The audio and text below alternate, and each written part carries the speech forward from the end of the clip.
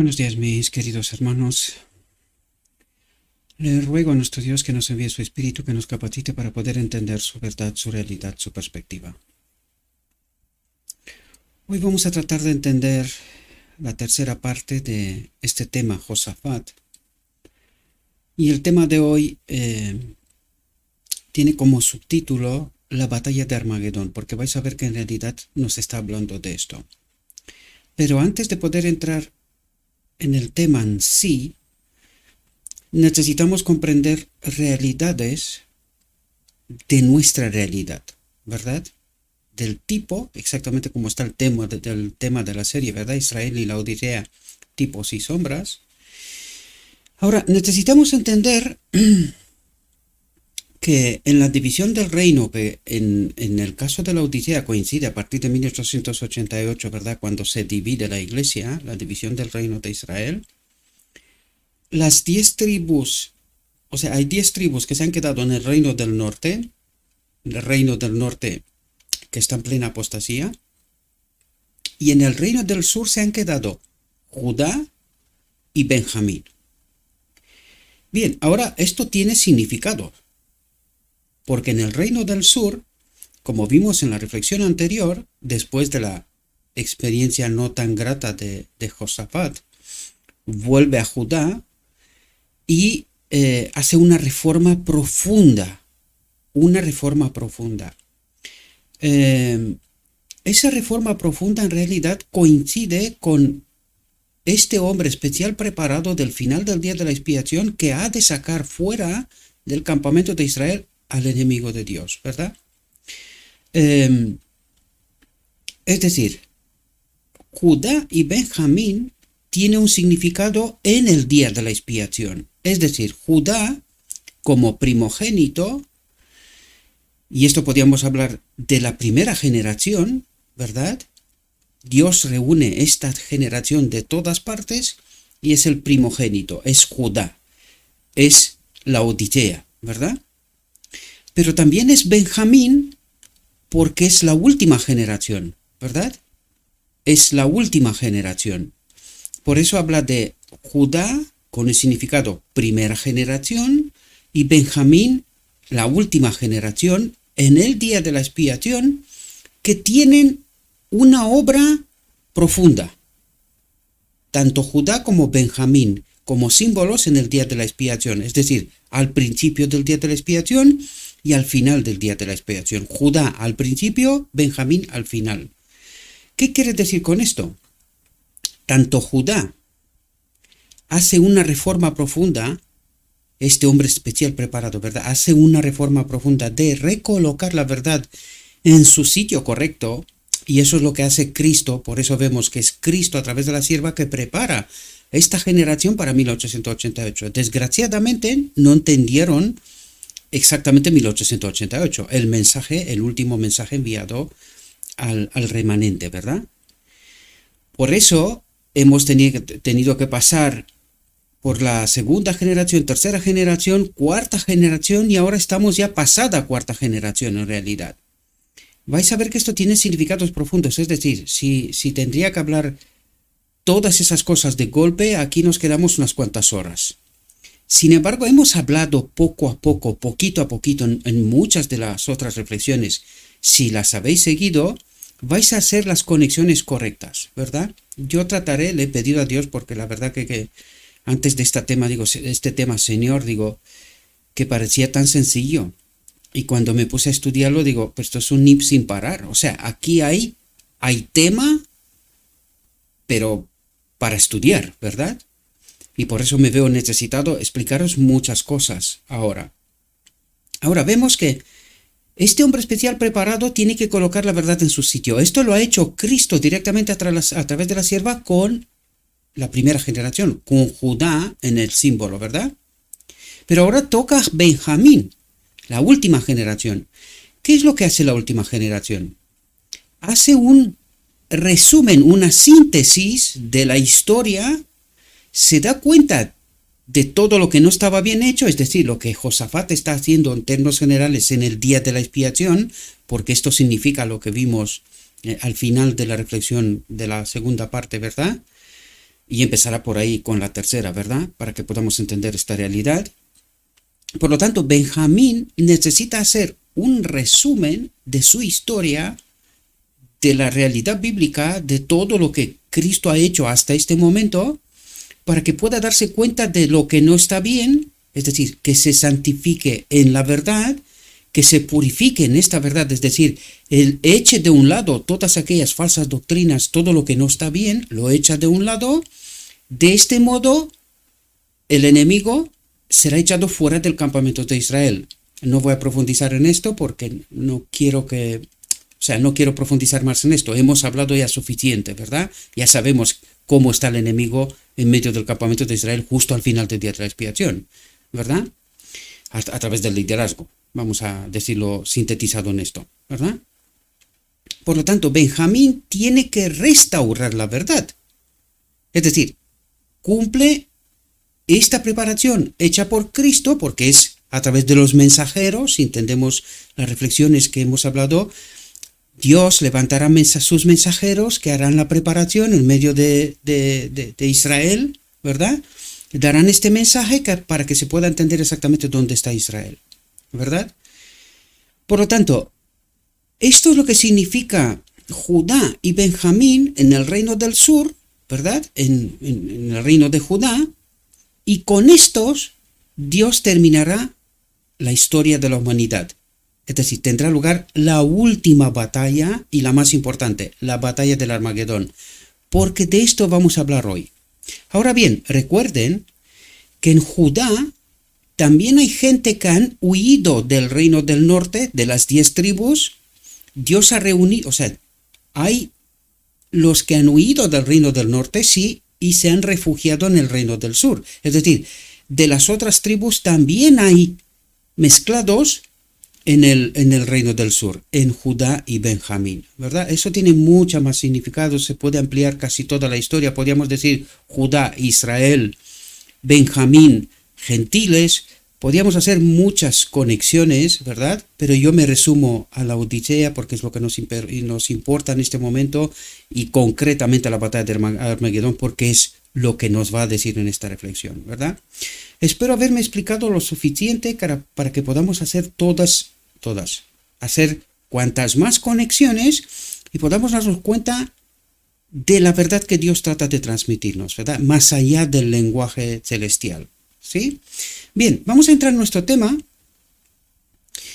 pero para que podamos entrar en nuestro tema necesitamos entrar en Apocalipsis 16, a partir del versículo 13, porque necesitamos entender en qué momento ocurre la batalla de Armagedón y qué tipo de batalla es esa, ¿verdad? Y yo os he hablado que es la batalla sobre la mente y lo vamos a ver porque en realidad es así. Es sobre todo la batalla de la mente, convencer. Tenemos que elegir un lado. ¿De qué lado queremos estar? Fijaos lo que dice Apocalipsis 16:13. Y vi salir de la boca del dragón y de la boca de la bestia y de la boca del falso profeta 3 espíritus inmundos a manera de ranas. Atentos, dice, pues son espíritus de demonios que hacen señales, hacen obras, ¿verdad? Y van a los reyes de la tierra en todo el mundo para reunirlos a la batalla de aquel gran día del Dios Todopoderoso. Bien, parémonos un segundo. No lo sé si veis ahora en la realidad nuestra, como de repente todo el mundo sobre faz de la tierra está empezando a ponerse de acuerdo. Por ejemplo, la medicina.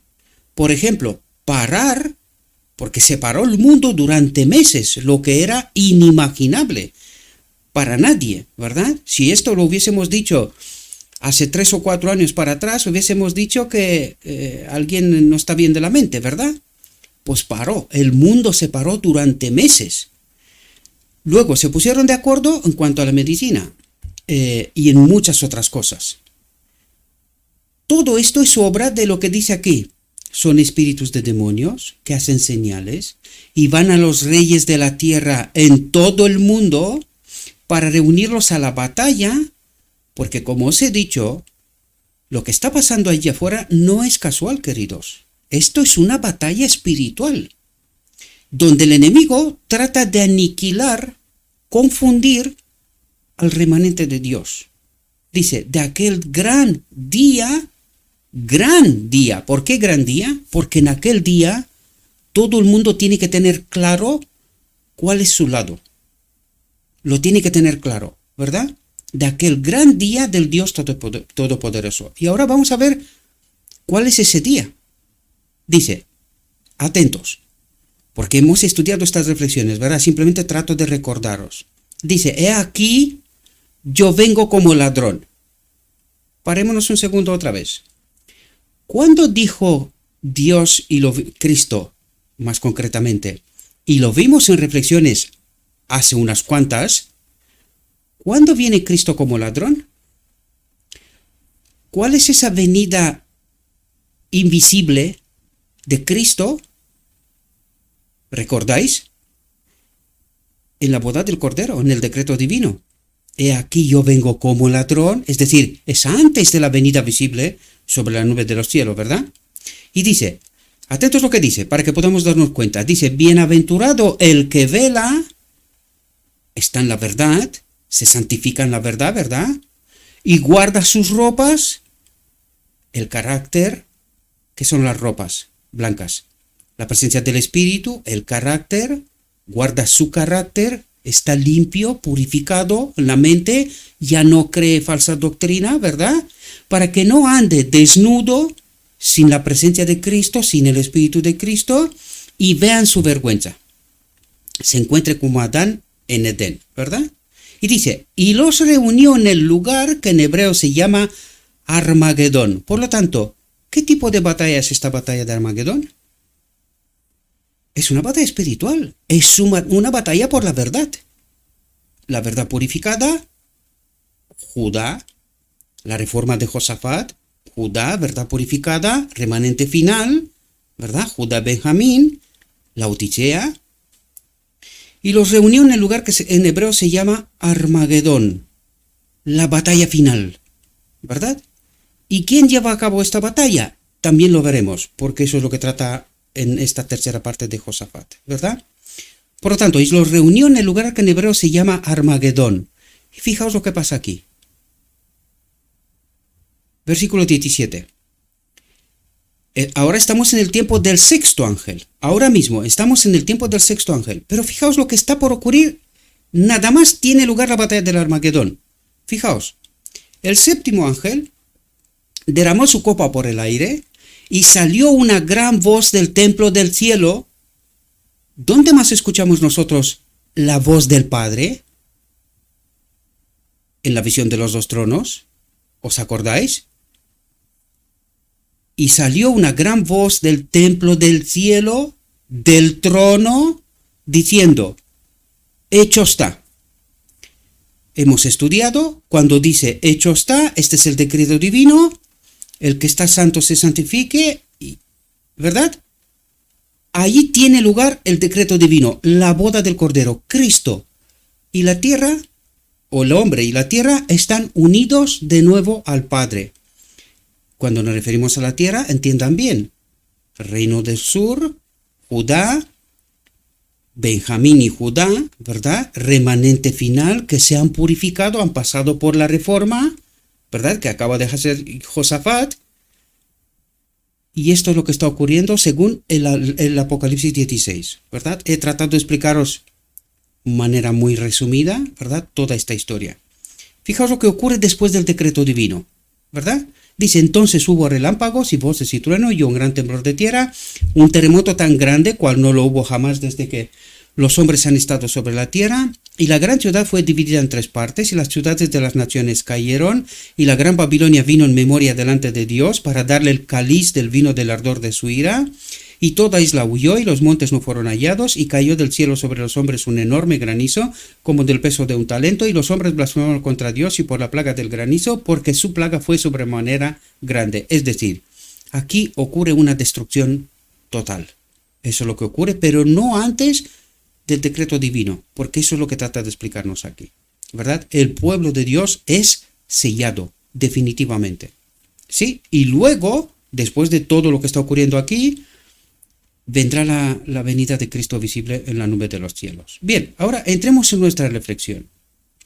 Josafat 3, la batalla del Armagedón. Por eso he tratado de introduciros para que podamos entender de qué nos habla Dios aquí. Fijaos lo que dice. Y sigue con lo que terminamos en la reflexión anterior. Dice, hacia el final de su reinado, una vez que Josafat comprende sus errores, se pone a trabajar en serio y hace una reforma profunda. Por eso hablamos de que este es el hombre especial preparado para poder sacar fuera del campamento al enemigo de Dios, es decir, para la batalla del Armagedón, porque aquí en la batalla del Armagedón es donde es el Monte Carmel, en símbolo, una vez más, Dios confronta su pueblo en el peor momento de la historia de la humanidad, en plena apostasía, confronta a su pueblo, la verdad experimentada y el engaño. Necesitamos entender esta realidad. Bien, pues dice, hacia el final de su reinado, el reino de Josafat fue invadido, atentos, porque hablan símbolos, el reino de Josafat fue invadido por un ejército ante cuya aproximación los habitantes de la tierra tuvieron motivos para temer. Aquí podríamos decir, no es solamente que es la batalla del Armagedón, sino que también podríamos entender el ecumenismo, es decir, es la infiltración en el marco de la Odisea tratando de confundir al pueblo, es una invasión para conquistar. Deberíamos de partir desde allí, ya hemos hablado sobre esto, ¿verdad? Llegados a este punto, pero en este momento es la batalla final, ¿verdad? Y eso es lo que trata de decir. El reino de Josafat fue invadido por un ejército ante cuya aproximación los habitantes de la tierra tuvieron motivos para temer. Los habitantes de la tierra, ¿entendéis símbolos? Tuvieron motivos para temer. Dice, los hijos de Moab y los hijos de Amón, y con ellos otros además de los amonitas, vinieron contra Josafat para combatir. Vinieron contra Josafat, contra el remanente, para combatir. Josafat también es un tipo de Cristo, ¿verdad? Josafat también es un tipo de Cristo. Por eso estamos diciendo que es este remanente especial preparado por Cristo mismo. Josafat es un tipo de Cristo. Lo vamos a ver por lo que está haciendo ahora, ¿verdad? Y dice, las noticias de esta invasión llegaron al rey a través de un mensajero que se presentó con la sorprendente palabra. Dice, viene una gran multitud contra ti desde el otro lado del mar, a este lado de Siria. Aquí están en Hasazón Tamer, que es en Gedí. Y es lo que hablamos, lo vimos antes en Apocalipsis 16. Los espíritus del enemigo van a los reyes de la tierra reuniéndolos para esta batalla. Pues en símbolo, en tipo, eso es lo que vemos que ocurre aquí. Viene una gran multitud contra ti desde el otro lado del mar a este lado de Siria. ¿Verdad? Dice, Josafat era un hombre de valor y coraje. ¿Cómo es el remanente? Josafat era un hombre de valor y coraje. ¿Por qué decimos remanente? Porque el remanente experimentan a Cristo. Cristo, nuestra justicia. Josafat, tipo de Cristo, representa al remanente. ¿Cómo es el remanente? Con valor y coraje. Salen a la batalla. Pero vamos a ver de qué modo. Fijaos, Josafat era un hombre de valor y coraje. Durante años había estado fortaleciendo sus ejércitos y sus ciudades fortificadas. Es decir, durante años ha preparado en la Odisea, en las iglesias, a este hombre especial preparado, a todos aquellos que quisieron prepararse. Recuerden que en el marco de la Odisea está el reino del norte y el reino del sur, divididos, ¿verdad? Pero están en el marco de la Odisea. Por lo tanto, hay un lado que está en plena apostasía y hay un lado que está tratando de seguir a Cristo, de reformándose. ¿Quiénes somos nosotros? Que seguimos estas reflexiones y tratamos de entender, tratamos de santificar nuestra vida, tratamos de salir del relato oficial, ¿verdad? Tratamos de salir del relato oficial y tratamos de escuchar lo que Cristo tiene que decirnos, ¿verdad? Por lo tanto, ¿dónde estamos todos? En el marco de la Odisea, ¿verdad? Por lo tanto, dice, estaba bien preparado, Josafat estaba bien preparado para enfrentar a casi cualquier enemigo. Es decir, desde perspectiva teológica, desde conocimiento de las Escrituras, estamos preparados. Pero no es suficiente esto. ¿Comprendéis? Es decir, ha tenido lugar la reforma, se ha echado fuera todo lo que no estaba bien, lo de las tartea y de los baales y todas esas cosas. Ahora el pueblo está purificado. ¿En qué? En la verdad, santificado en la verdad. Pero esto no es suficiente. Fijaos lo que nos dice. Dice, sin embargo, en esta crisis no puso su confianza en el brazo de la carne, en ningún hombre. Atentos porque esto habla con nosotros, el remanente final. El remanente final no confía en ningún hombre, solo en Cristo. Y están unidos en la verdad y en Cristo, en esta fe inquebrantable, ¿verdad? Dice, no por medio de ejércitos disciplinados, educados, predicados, santificados desde el púlpito, ¿verdad? Dice, no por medio de ejércitos disciplinados y ciudades cercadas, iglesias purificadas por el hombre, limpiadas por el hombre. No. No, esto no funciona así. Por eso estamos diciendo lo que estamos diciendo y por eso Dios nos dice lo que nos dice. Porque nos está preparando para la batalla del Armagedón, queridos. Y quita todas las ataduras. Recuerden, lo recordaba hoy en la iglesia también, ¿verdad? Recuerden esa visión, primera visión de la sierva, en donde partimos en este monte, en este camino, donde llegamos a la cuerda, ¿verdad? ¿Y cómo partimos desde abajo? Con carros llenos de muebles, de cosas, de tal. Pero a medida que vamos, ¿qué ocurre? Que nos resulta que nos impide adelantar. ¿Qué hacemos? Nos deshacemos de todo. ¿Cómo llegamos a la cuerda? Nosotros y Cristo por delante, porque Cristo es la cuerda. ¿Y qué hacemos? Saltamos. De eso nos está hablando aquí. No por medio de ejércitos disciplinados, dinero, potencial, iglesia potente, lo que querramos. Pongamos aquí todo lo material que se nos puede imaginar. Esta batalla final no funciona así. Dice, no por medio de ejércitos disciplinados y ciudades cercadas, sino por una fe viva que sea santificado en la verdad y que de ninguna manera aceptará ninguna verdad contaminada. Por una fe viva en el Dios de Israel. Por eso decimos que la batalla del Armagedón es la batalla por nuestra mente. Es la batalla con la verdad. Y este Benjamín, este remanente final, ha de estar purificado, santificado en toda la verdad. Y el enemigo no tiene más argumentos para engañarlos, para vencerlos. Si fuera así, Israel perecería. Recordad la profecía. Digo, si el enemigo, mientras este hombre especial preparado lo está sacando fuera del campamento, si el enemigo escaparía, ¿qué nos dice? Israel perecería. Por eso es necesario estar purificados, porque ningún engaño puede volver a engañar al remanente de Dios. En esta ocasión, en esta última batalla, este pueblo, con una fe viva en el Dios de Israel, va adelante. Va adelante. Dice, podía, si no por una fe viva en el Dios de Israel, podía esperar obtener la victoria sobre estos paganos que se jactaban de su poder para humillar a Judá a los ojos de las naciones. A Judá mirámoslos al remanente, ¿verdad? Mirámoslos desde esta perspectiva. Dice, Josafat temió y se puso a buscar al Señor y proclamó un ayuno en todo Judá, y Judá se reunió para pedir ayuda al Señor, incluso de todas las ciudades de Judá vinieron a buscar al Señor. Es decir, el pueblo de Dios en este momento está en el tiempo de angustia, antes del decreto divino. Está en tiempo de angustia. Por eso estamos en ayuno y oración purificándose. Si conocemos la profecía, estamos buscando si hay algún pecado, si hay algo que todavía nos mantiene separados de nuestro capitán de la hueste, del cuarto ángel, de Cristo mismo. Que no haya nada que nos pueda mantener separados. ¿Qué nos puede mantener separados? Un engaño. A eso se refiere. Si no hay algo que no esté purificado en este carácter, como el de Cristo. En Cristo no había nada de este mundo, ningún engaño, nada que se le podía ofrecer, porque eso es lo que intentó en el desierto de la tentación, ¿verdad? El enemigo tentar a Cristo. Pues este carácter necesitamos nosotros. Nosotros no queremos ya nada de este mundo.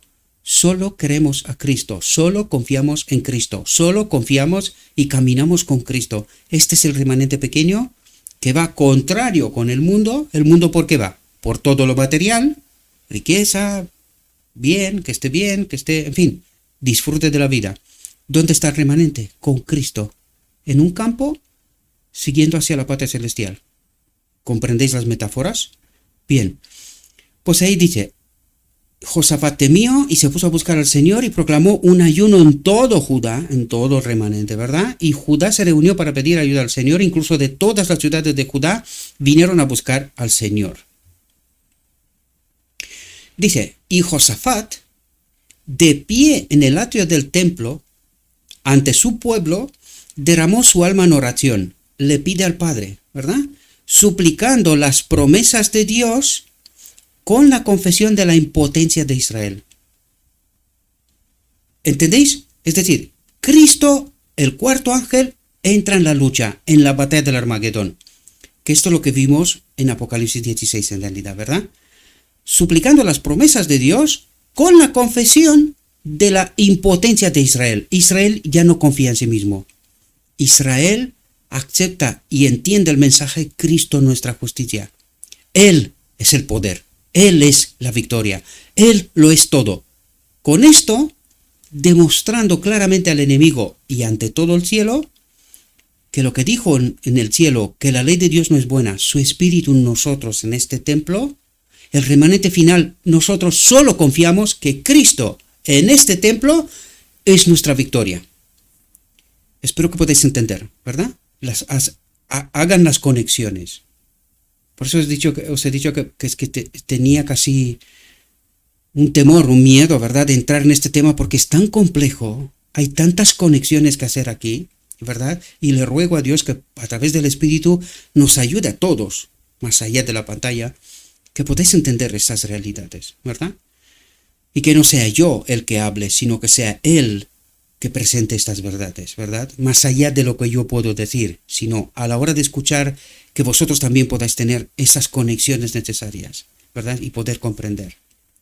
Dice, Señor Dios de nuestros padres, dijo, ¿no eres tú el Dios del cielo y no dominas todos los reinos de las naciones y en tu mano no hay poder y fuerza de modo que nadie puede resistirte?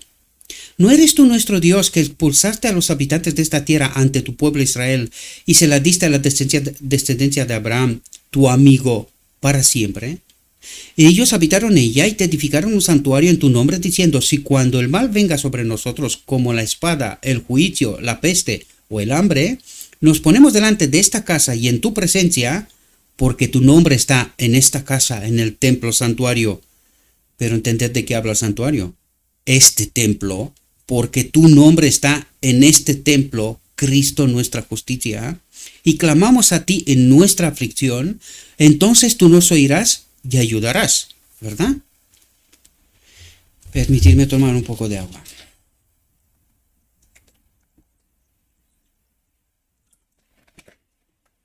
Y dice, y ahora, he aquí los hijos de Amón y de Moab y del monte de Seir, a quienes no dejaste invadir a Israel cuando salieron de la tierra de Egipto, pero se apartaron de ellos y no los destruyeron. He aquí digo, cómo nos recompensan para venir a echarnos de tu posesión que tú nos has dado en herencia. Su espíritu en nosotros. Trata de engañarnos, ¿verdad? La batalla del Armagedón. Recuerden, estamos en este marco, ¿verdad? Dice, oh Dios nuestro, ¿no los juzgarás? Porque no tenemos fuerza contra esta gran compañía que viene contra nosotros, ni sabemos qué hacer, pero nuestros ojos están puestos en ti. Nuestra victoria, nuestra confianza está puesta en ti, ¿verdad? Dice, con confianza, Josafat pudo decir al Señor, nuestros ojos están sobre ti. Después de haber hecho la reforma, después de quitar todos los ídolos, en nuestro caso, toda falsa doctrina, podemos presentarnos y estar de pie delante de Dios como Josafat. en y a través de Cristo, ¿verdad? Dice, durante años, atentos, durante años había enseñado al pueblo que su fuerza estaba en el Dios de Israel. Pero no antes de purificarse, no antes de echar fuera todos los ídolos, ¿verdad? Yo he hablado de uno, pero este es más principal. De él residen muchas otras apostasías. La doctrina de la Trinidad. Este es el ídolo de la Odisea, ¿verdad? Dice, aquel que en épocas pasadas se había interpuesto tantas veces para salvar a sus elegidos de la destrucción total, y ahora cuando el reino estaba en peligro, Josafat no estaba solo. Josafat no estaba solo, estaba acompañado, ¿verdad? Dice, todo Judá estaba de pie ante el Señor, de pie, purificado, santificado, con la verdad, comprendiendo quién es su victoria. Todo Judá estaba de pie ante el Señor, con sus pequeños, sus mujeres y sus hijos. ¿Quién es todo Judá? La cabeza de Cristo, ¿verdad? ¿Quién es la cabeza del hombre? Cristo. Todo Judá estaba de pie ante el Señor, con sus pequeños, sus mujeres y sus hijos. Dice, unidos, ayunaron, lloraron. Unidos, pidieron al Señor que confundiera a sus enemigos para que el nombre de Jehová fuera glorificado. ¿Qué hace la última generación? ¿Cómo ha de glorificar a Dios? Pues espero que lo tengamos claro, queridos. Ningún engaño está en medio de Israel. Este Israel está purificado, de pie ante el Señor. Si no fuera purificado, no podía permanecer de pie. Espero que podamos entender, ¿verdad?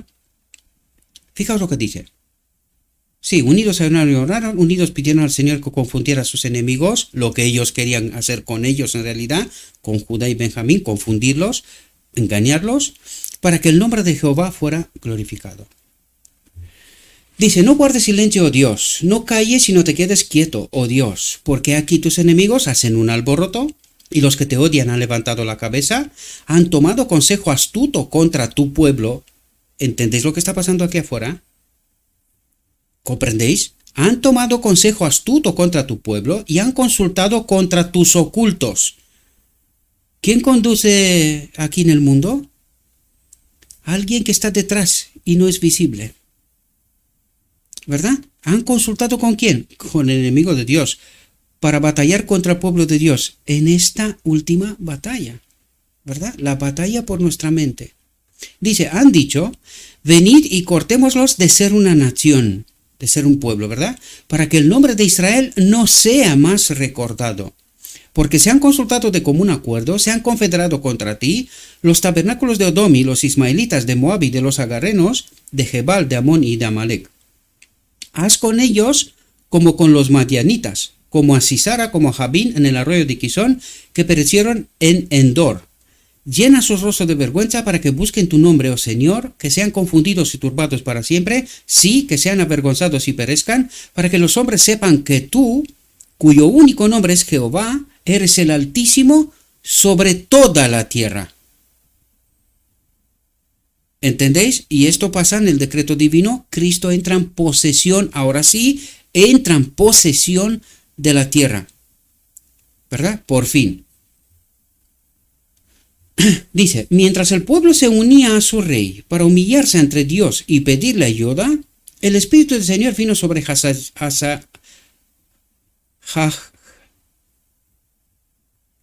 Jahaziel, qué nombre más complicado, me vais a perdonar, un levita de los hijos de Asaf, y dijo, atentos, ¿quién vence en la batalla del Armagedón?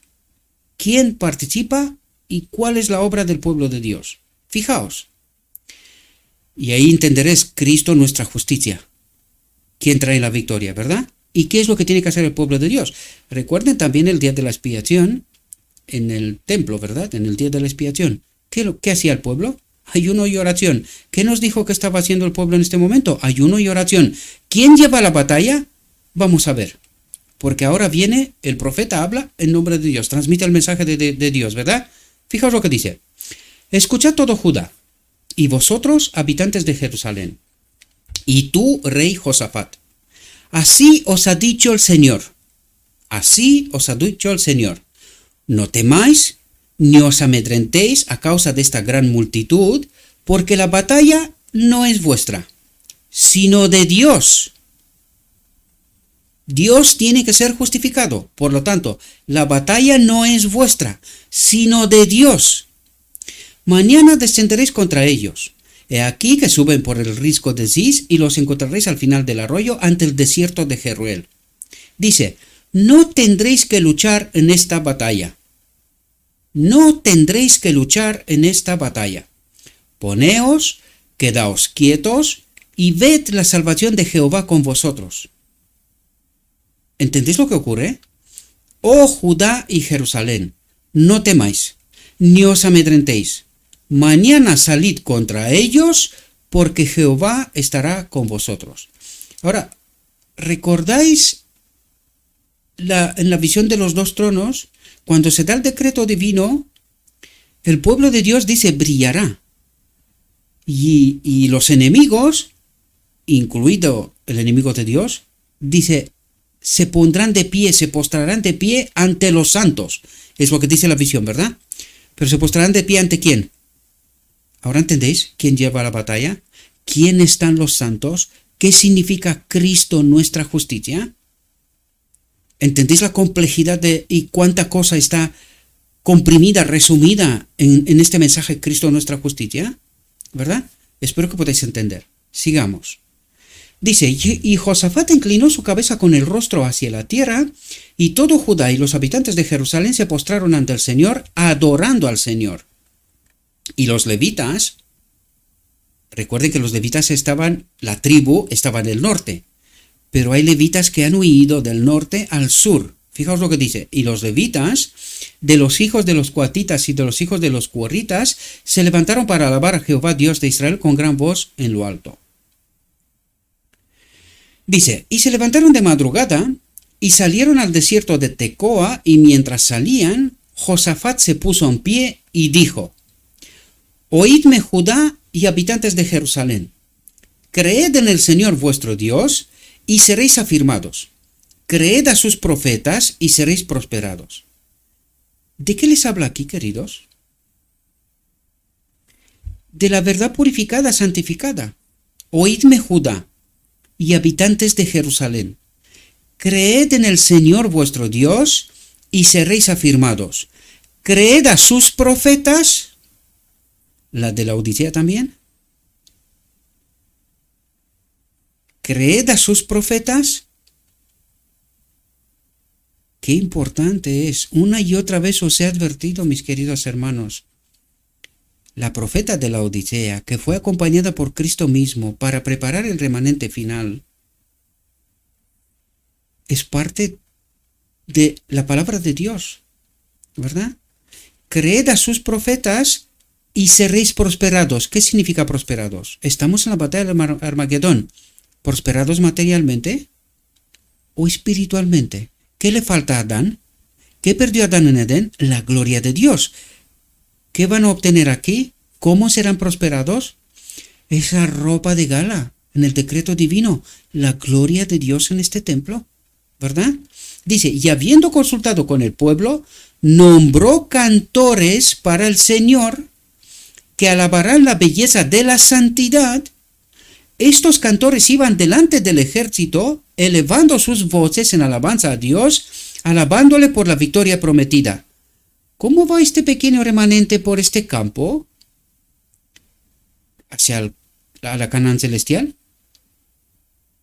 Alabando a Dios, cantando a Dios, glorificando a Dios. ¿Ahora comprendéis? Fijaos. Dice, y Jehová puso emboscadas contra los hijos de Amón, de Moab y del monte de Seir, que habían venido contra Judá y fueron heridos. Quiero traeros la atención aquí, mis queridos hermanos, porque estos días he tenido un debate, para que no se entienda que, o sea, es un amigo, ¿verdad? Trataba de explicarme que Dios sí que tiene atributos y potestad para poder matar al final, porque se ve obligado a hacerlo y tal, Y yo les decía que no, que esto no funciona así. Estamos en la batalla final, ¿verdad? En la batalla del Armagedón, la batalla final. Fijaos lo que ocurre. Decidme si hace Dios algo aquí. Atentos. Y Jehová puso emboscadas, entiendan el lenguaje del cielo, ¿verdad? Vais a ver qué significa estas emboscadas. Simplemente se retiró, Dios se retiró. Dice, puso emboscadas contra los hijos de Amón, de Moab y del monte de Seir, que habían venido contra Judá, contra el remanente, y dice, y fueron heridos.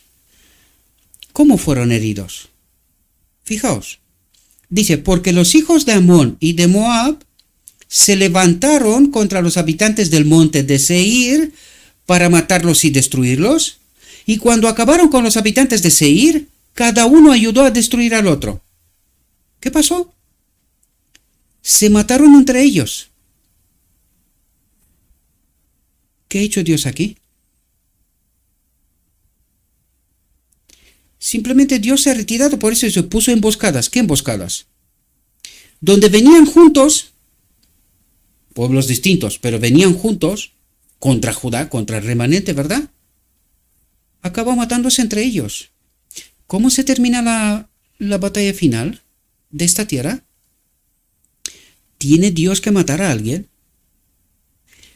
Lo que nosotros necesitamos entender es que sin la presencia de Dios, nosotros ni siquiera raciocinio tenemos. Juicio, no tenemos ni juicio.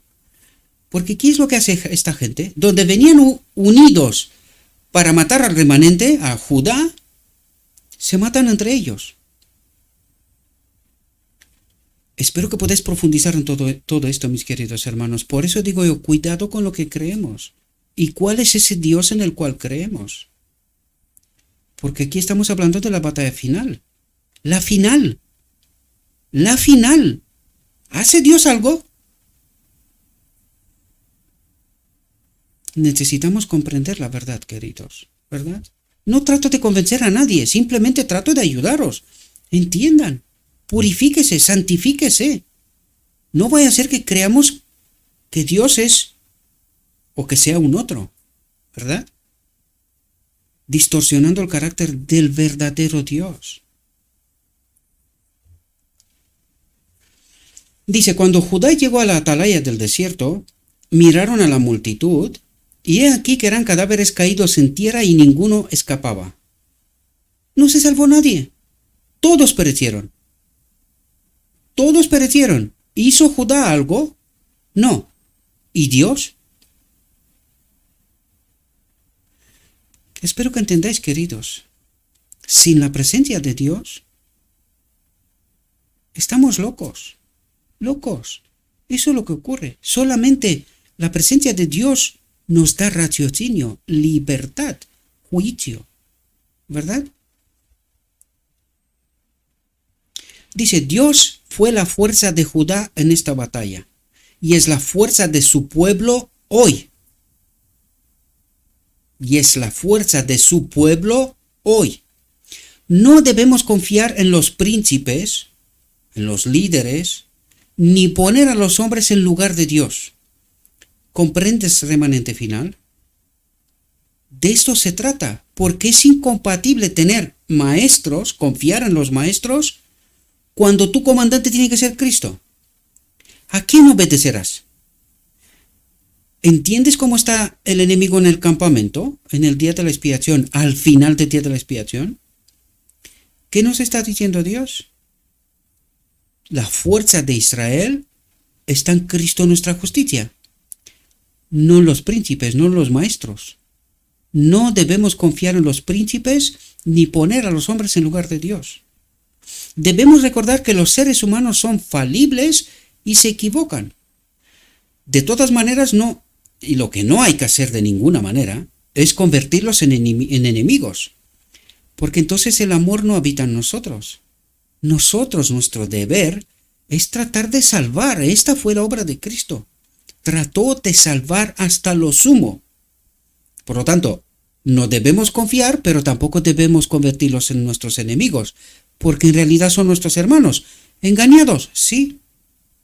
Los que lo estén, ¿verdad? ¿Engañados? Sí, pero no son nuestros enemigos. Lo que sí no debemos de hacer es confiar en ellos, porque nuestro comandante, el cuarto ángel, que iluminará la tierra con su gloria, con su verdad, es Cristo. Nadie más. Debemos recordar que los seres humanos son falibles y se equivocan, y que el que tiene todo el poder es su fuerte torre de defensa. En cada emergencia deben sentir que la batalla es suya. Sus recursos son ilimitados y las aparentes imposibilidades harán que la victoria sea aún mayor. Las aparentes imposibilidades harán que la victoria sea aún mayor, ¿verdad?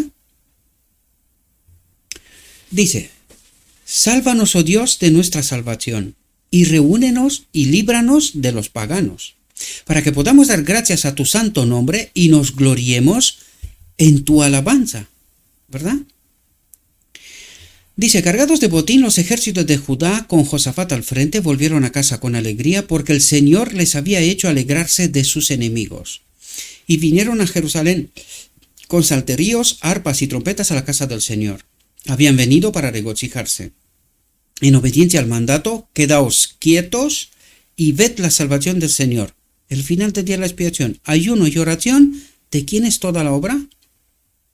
Cristo, nuestra justicia, el que santifica, el que purifica a su pueblo, si le permite, ¿verdad? Dice, no temáis ni os amedrentéis.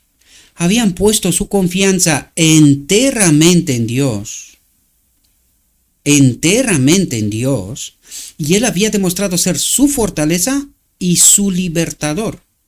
Ahora podían cantar con entendimiento los inspirados himnos de David. Dice, Dios es nuestro refugio y fortaleza, un auxilio muy presente en la angustia. Él rompe el arco y corta la lanza en pedazos. Él quema el carro en el fuego. Quédate quieto y sabe que yo soy Dios. Seré exaltado entre las naciones, seré exaltado en la tierra. El Señor de los ejércitos está con nosotros. El Dios de Jacob es nuestro refugio. Aplaudid todos los pueblos, gritad a Dios con voz de triunfo, porque el Señor Altísimo es terrible. Es un gran rey sobre toda la tierra. Él someterá a los pueblos bajo nosotros y a las naciones bajo nuestros pies. Él elegirá para nosotros nuestra herencia, la excelencia de Jacob, a quien amó. Cantad alabanzas a Dios, cantad alabanzas a nuestro rey, cantad alabanzas, porque Dios es el rey de toda la tierra. Cantad alabanzas con entendimiento. Dios reina sobre las naciones, Dios se sienta en el trono de su santidad, los príncipes de los pueblos están reunidos, el pueblo del Dios de Abraham, porque los escudos de la tierra son de Dios, Él es grandemente exaltado. Según tu nombre, oh Dios, así es tu alabanza hasta los confines de la tierra. Tu diestra está llena de justicia. Alegras el monte Sión, que se alegran las hijas de Judá, a causa de tus juicios. Atentos cómo termina el remanente. Como un Carmel, pero esta vez permaneciendo para siempre, eternamente, con su Señor. Dice, este Dios es nuestro Dios por los siglos de los siglos. Él será nuestro guía hasta la muerte. Todavía estamos aquí, ¿verdad? Faltaba la venida visible de Cristo. Es decir, yo sé en quién he confiado. Él será nuestro guía hasta la muerte, aunque en esta ocasión no morirán más, porque en ellos habita el Espíritu de Dios, la gloria de Dios. Adán está restaurado. Dice, por la fe del gobernante de Judá y de sus ejércitos, el temor de Dios se apoderó de todos los reinos de aquellos países. El temor de Dios se apoderó de todos los reinos de aquellos países. Cuando oyeron que el Señor luchaba contra los enemigos de Israel, y el reino de Josafat estuvo tranquilo, porque su Dios le dio descanso, el verdadero Shabbat. ¿Comprendéis? Adán en Edén, su eternidad, su confianza, su paz, su descanso, el séptimo día, es Cristo.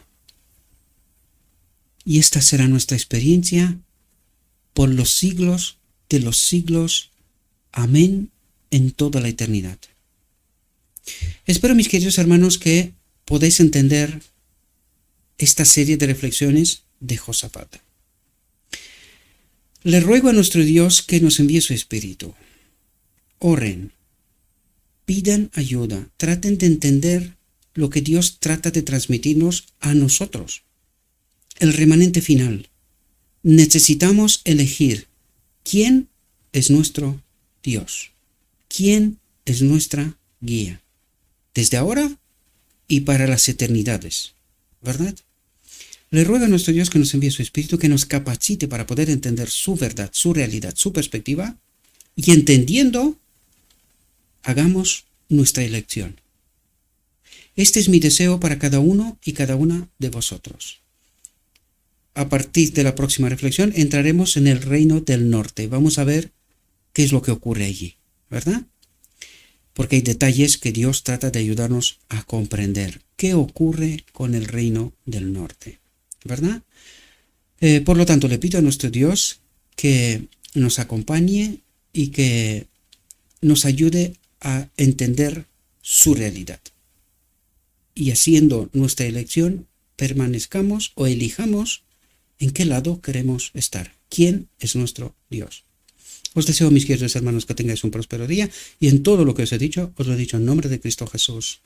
Amén.